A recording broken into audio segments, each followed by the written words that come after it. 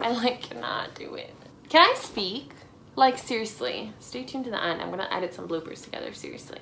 I cannot speak today. But One Fine Loves and One Fine Loves? Elle knows she lives a life of YA debut. Oh, young adult. Oh, duh. No, I probably shouldn't say that. And action and romance. Maybe I should read that again.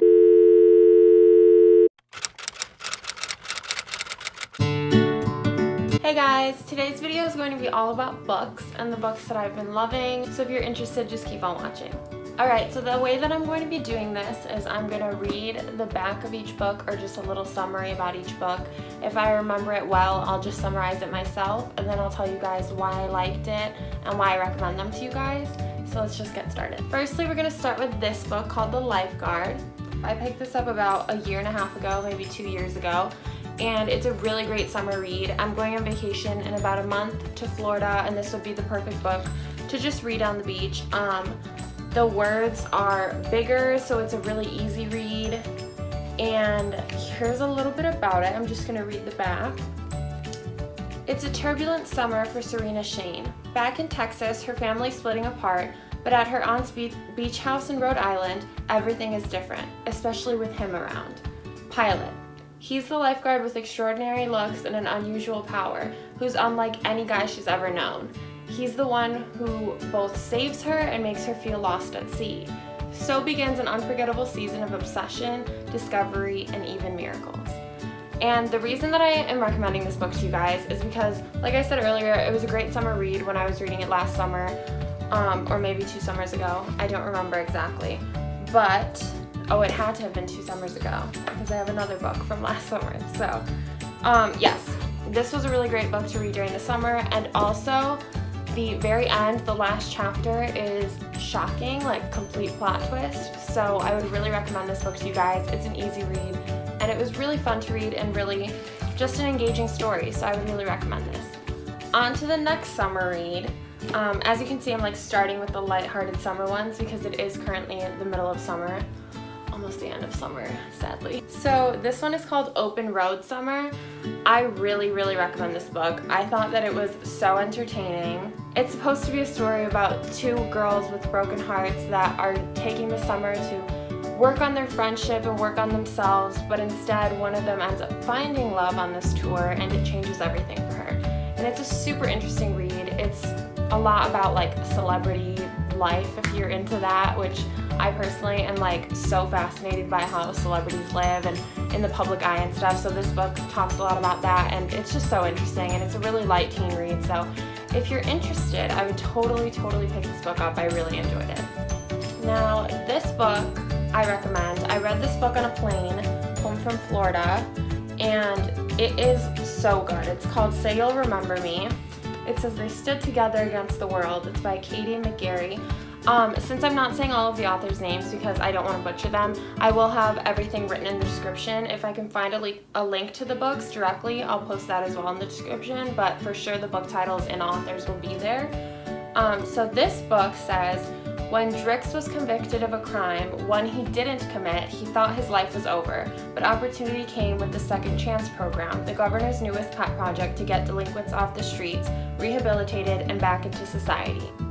Drix knows this is his chance to get his life back on track, even if it means being paraded in front of reporters for a while. Elle knows she lives a life of privilege. As the governor's daughter, she can open doors with her name alone. But the expectations and pressure to be someone she isn't may be too much to handle. She wants to follow her own path, whatever that means. When Drix and Elle meet, their connection is immediate, but so are their problems. Drix is not the type of boy Elle's parents have had in mind for her. And Elle is not the kind of girl who can understand Drix's messy life, but sometimes love can breach all barriers. Fighting against a society that can't imagine them together, Drix and Elle must push themselves. Drix to confront the truth about the robbery, and Elle to assert her independence, and each other to find what they deserve. So this book is a really interesting book about how 2 lives, like completely opposite worlds, collide, and it ends up creating a really nice love story. Again, really quick summer read. It's about, let me see how many pages. It's 452 pages long, but I read it in probably a week, and that wasn't me reading it all the time. It was like a few hours a day, and I read it in a week, so it was a quick read. Again, the letters are huge, so the font size is big enough to read it quickly. So I really recommend this book. I was definitely drawn into the storyline, considering that they're from completely different worlds, and they're kind of fighting against society, and I kind of always find that interesting because isn't everyone kind of fighting against society in some way? So this book is super interesting to see like new beginnings and old loves and past relationships and how it all plays a role into this one book, and I really enjoyed it. So if you guys are looking for a quick summer read that's maybe a little bit longer than just a day, I would recommend this. Like if you're going on a trip for a week or two, this is a good book to buy. It's 452 pages, so you're not going to read it in a day, but like I said, the font size is large, so you'll get it over with pretty quickly. Okay, so now we're going to get into books that have kind of a mystical, mythological aspect to them. Some of them are actually categorized as like supernatural books, and other ones are just really interesting like sci-fi books. So this one is called When Would You Want to Know? And it might actually just be called When, but When Would You Want to Know? And it pretty much, as you can see by the cover, it has numbers printed above everyone's names, or I'm sorry, everyone's heads. And this girl, Maddie, didn't have a choice in this, but she was born able to see the dates of everyone's death. So she knows exactly when everyone is going to die just by looking at their forehead. And she has to live her life deciding whether or not to go and tell people that she knows that they're going to die tomorrow, or not tell them and let them live their lives as they normally would. And it's an ongoing struggle for her. I would really recommend this book. I think I read this book in about a day and a half. It is only about 325 pages, and the font is again pretty big. I buy a lot of my books from the teen section, so they're not like really tiny font. I am 19 years old, I'm about to be 20 years old, but I figure I will always be shopping in the teen section because I just find their books so entertaining and so easy and fun to read for the summertime. So, as for the summary on the back, it says, Maddie doesn't have a choice. The forehead of every person she sees is marked by the shadowy digits of their death date. Her unique innate skill often feels more like a curse than a gift, and Maddie grudgingly puts it to use, identifying death dates for the paying customers her mother reels in. It seems like a straightforward way to help support her family, until one client's young son goes missing on the exact date that Maddie had pinpointed. She gets pulled into a homicide investigation that turns her world upside down. As more young people disappear and are later found murdered, suspicion swirls around Maddie. At once a suspect in the investigation, a target for the murderer, and a partner in a tantalizing dance with a boy who might be connected to it all, could Maddie also hold the key to cracking this case? New York Times bestselling author, really great book. I would really recommend it if you're into anything, sci-fi or extra worldly. It's super interesting. I know I have friends that do not ever read any books like this. They don't venture outside of like real world books, but I really find these books to be so interesting, and I would really recommend that you just venture out and try it. I didn't know that I would love this book as much as I did, so just give it a try. In the beginning, it is a little bit slow, I would say, but once you get probably 3 chapters in, it becomes a little bit more interesting. So I did read this a while ago, so I don't remember every single aspect of it, which is why I read the back for you guys, but I really did find this to be so interesting, and I remember how much I loved it, and I remember wishing that there was another book to follow. So really interesting book. I really recommend it to you guys. Next, we're going to go into series and trilogy books. I really love series and trilogies. They're my favorite books to read because I get so invested in them, and even though I spend a lot of money on them because I'm stupid and I don't go to the library and I buy all of my books, so then I have to sell them back to make more money back because I bought so much, and it's just a nightmare. I need to work on that. I really do. I'm like obsessed with reading. But that's besides the point. These next books are series and trilogy books. Let's move on to a series that I really liked and I'm so excited to talk to you guys about. So I think there are about 5 books in this series. I don't believe it's a trilogy, but I do have 3 of them. right behind me here. I had them, so I just took these 3 out to show you guys. But these are the Shadow Falls novels.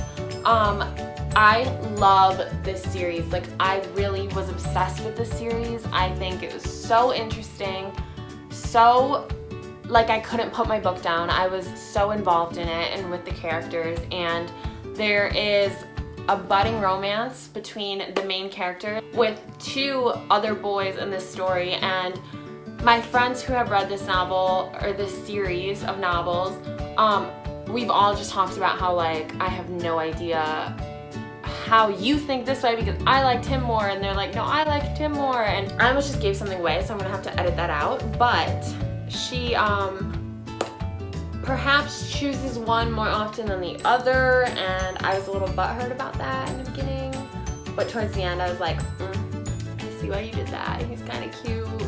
But I was a little bit upset about that in the beginning. But basically, this is about like a mystical world hidden in our society. Yeah, these are not the first novels, so I'm not going to read any of the backs of these because they begin in the middle of the series and I don't want to give anything away for you guys. But from what I can remember, this is about a mystical world that's hidden away from humans in our real world. So it's about this main character. Her name is Kylie Galen, or Galen, Galen. She is taken away from her home and brought to Shadow Falls Camp, which is pretty much just a camp of mythological beings, and everyone is put into sections. So there's like vampires, werewolves, fairies, all of this stuff, and it's about her finding her path and where she fits in because she is different than everyone else, which just makes the book interesting in my opinion. Which guy will she choose? She's in love with 2 boys and she doesn't know who to choose, and both of them are in camp with her every single day, and she runs into them at all moments, and they're jealous of each other, so there's some testosterone flying in the air, and it's such a good book, such a good series. I really can't say enough about these books. Like, I was so in love with them, and I just want to say you won't be disappointed in the ending. I really enjoyed the ending. Actually, I was slightly disappointed because it was kind of like a, oh, I wish I knew a little more, but like all in all, I was really happy with the ending because it gave me a lot more closure than some other books that I've read in the past. You know, when you're reading a book and then at the end it's like, and then Kylie lived the rest of her life, and you're like, what? Like, I want to know what happened in the rest of her life. This book doesn't really do that. Like, it tells you about a lot of the characters and what they end up being in the end, and who they end up with in the end, or who they become best friends with in the end, or whatever it may be, like friendships, love-wise, personal lives, whatever it is. They kind of bring most things to a close in the end, and it's super interesting to see. So I really recommend those novels. I just picked them up from here just so I could film this video, and I forgot how much I was in love with these novels. Like, I love them, clearly, as you can tell. Like, I've been raving about these for like 15 minutes now, so we're gonna cut that off and go on to the last and final series, because this is the series that I am currently reading right now. So this is the Blue Bloods series. Fun fact about me, I got into reading because in 5th grade I read all of the Twilight novels, and I was like obsessed with them. I not hated reading before, but I was just like not interested in reading until the Twilight novels, and then I was never putting them down, and I read them all through the end. And then I read Vampire Academy, which, by the way, if you've seen the movie, the books are so much better than the movie. Like, no hate to the director, producer, whatever, but like, seriously, that movie sucked compared to the books. Like, if you guys are interested in a vampire book that's super easy, like I read it in 6th grade, read the Vampire Academy books. Even if you're older, like, who cares? Like, I literally read teen books, and like I said a million times, I'm about to turn 20. Like, I'm never gonna stop. I just think they're so interesting. I am reading these books currently. I already read Blue Bloods, which is the first novel in the series, as well as Masquerade, which is the second, and I'm now on to Revelations, which is the third. And it's pretty much just about this mythological world, again, hidden amongst our world. Wow, can you tell a theme here? Like, I am so interested in like what the government or like others could be hiding from us, people of power, if you will. Like, don't come for me, anybody, but I am just, there's no way they're telling us everything. Like, I believe in them aliens, if you know what I'm saying. But that's besides the point. This is a novel about vampires that are living among us, and they are the most powerful in our society, and they use common names in this series. Like, a bunch of them are from New York, born and raised in New York, and the Rockefeller family is mentioned in these novels. And I'm just gonna read the back so I don't mess up. I really like this type of video. Like, I'm just sitting here and chatting with you guys. I'm having a lot of fun. Okay, I hope you're enjoying this. If you are, please subscribe. My Instagram's down below, a little self-promo. Okay, now into this book. Schuler Van Allen has never fit in at Duchenne, her prestigious New York City private school. She prefers baggy vintage clothes to the Prada and pearls worn by her classmates. But when she turns 15, Schuler's life changes dramatically. The death of a popular schoolmate haunts her in unexpected ways. And strangest of all, Jack Forrest, the most popular boy in school, is showing a sudden interest in her. Once an outcast, Schuler is thrust into Manhattan's most exclusive social circle. Wow, that is hard to say. Can I just say I've read that twice? Like, you guys, I will edit that out, but like, I've read that multiple times. That's a little tongue twister. Its members are the powerful, the wealthy, and as Schuler soon discovers, the unhuman. They are blue bloods, an ancient group of vampires, and for centuries they've been invincible. Now, something is preying on this elite group, and Schuler wants to find out the truth. But is she the most vulnerable of them all? I did find myself putting this down a little bit.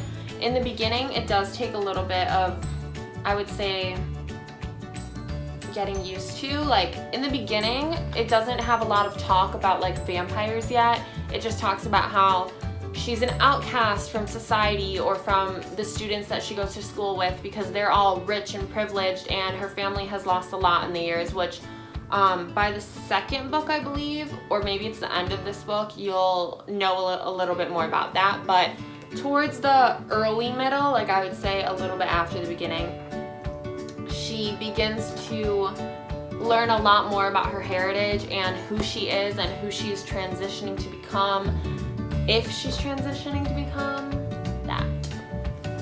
It's all part of the book. You should read it if you're confused about what I'm talking about, because it's super interesting. But I really like this book because I've been to New York City one time, but I recognize a lot of the names in this series because if you're from the US or even outside of the US, like, everyone knows New York's elite. Like, it's very common to know the names.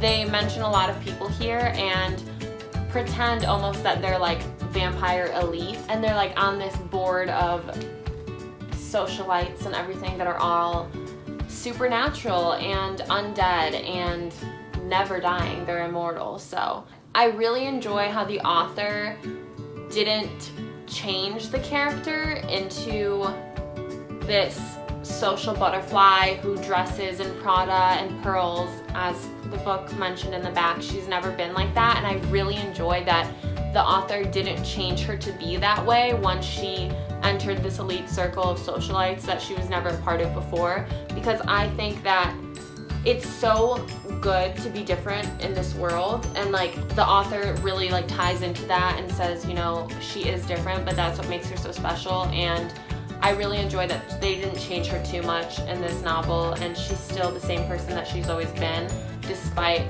the struggles that she has to overcome. I will report back in my next book video, whatever it might be, about how I enjoyed this series. I haven't actually read it in about a month. I've been putting it off because I was in summer classes, but this just got me excited, and I'm gonna read Revelations a little bit before I leave to hang out with some friends tonight. So I'm super excited, and I hope that you guys enjoyed this.